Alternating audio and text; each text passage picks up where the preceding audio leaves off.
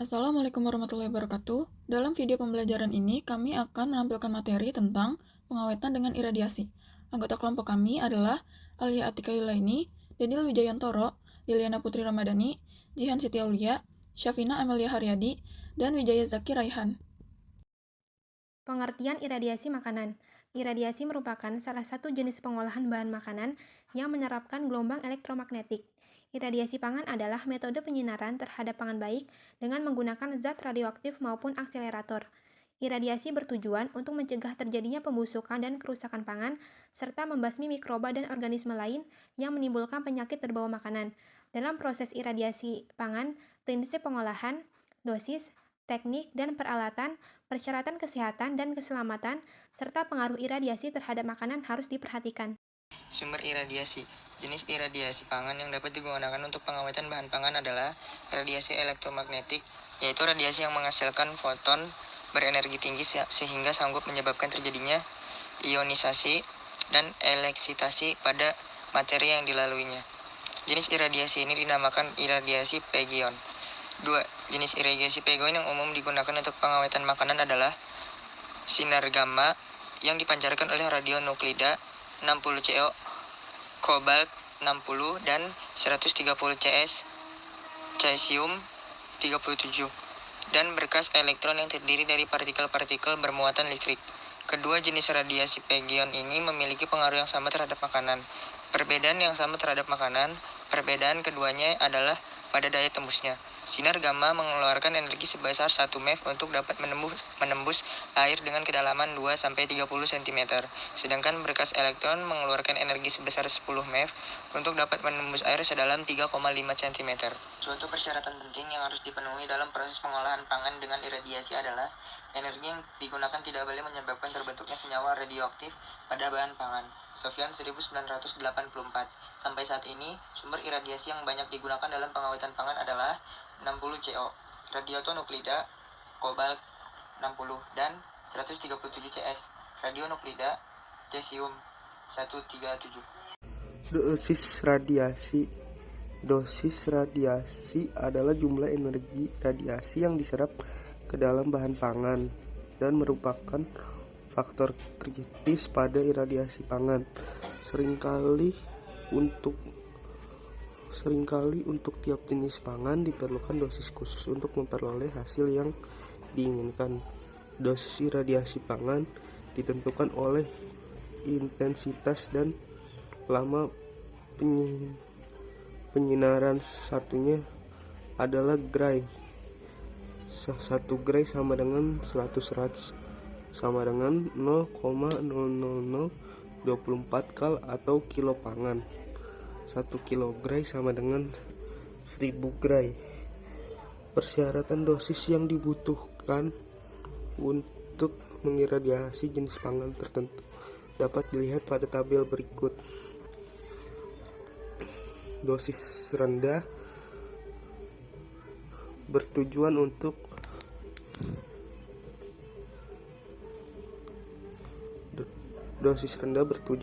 pencegahan pertunasan, pembasmian serangga dan parasit, perlambatan proses fisikologis.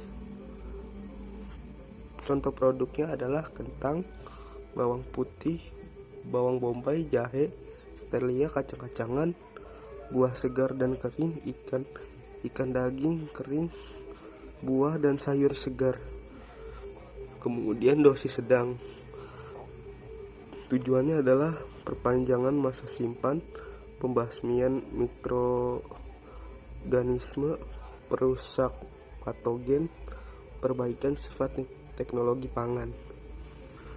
Contoh produknya adalah ikan araba segar, hasil laut segar dan beku, daging unggas segar atau beku, anggur meningkatkan saruan kering,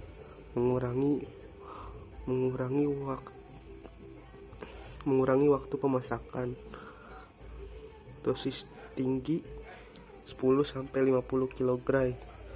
Pelestarian industri bahan tambahan makanan tertentu dan komponennya.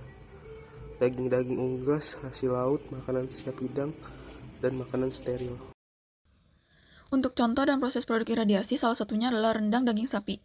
Prosesnya, pengemasan dengan kemasan multilayer, polyester, aluminium foil LLDPE dalam keadaan vakum.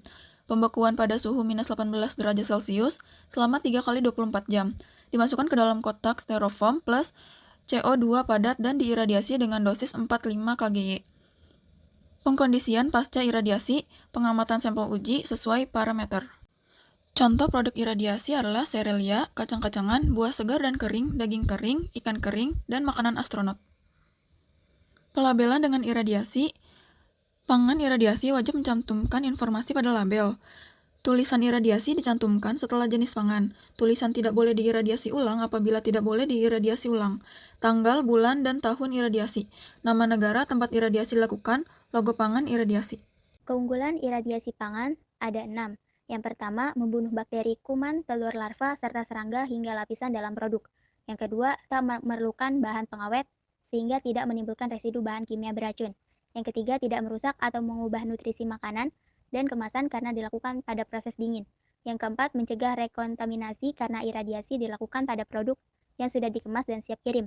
Yang kelima, menghambat pertunasan, serta mengurangi bakteri, patogen, dan jamur. Dan yang keenam, memperpanjang usia penyimpanan dan produk yang diiradiasi aman dikonsumsi. Kelemahan iradiasi pangan. Dalam kondisi tidak adanya oksigen, radiolosis pada lemak memudahkan pembelahan ikatan interatomik pada molekul lemak, sehingga akan memproduksi sejumlah komponen karbondioksida, alkana, alkena, dan aldehid. Selain itu, lemak merupakan komponen yang sangat mudah mengalami oksidasi oleh radikal bebas yang dapat menghasilkan peroksida komponen karbonil, alkohol, dan lakton. Sehingga konsekuensi dari iradiasi pangan pada produk pangan yang tinggi lemak adalah timbulnya ketengikan yang dapat merusak kualitas sensoris produk pangan tersebut. Untuk meminimalisirnya, pangan berlemak tinggi harus dikemas secara vakum dan dikondisikan dalam suhu beku selama proses iradiasi berlangsung.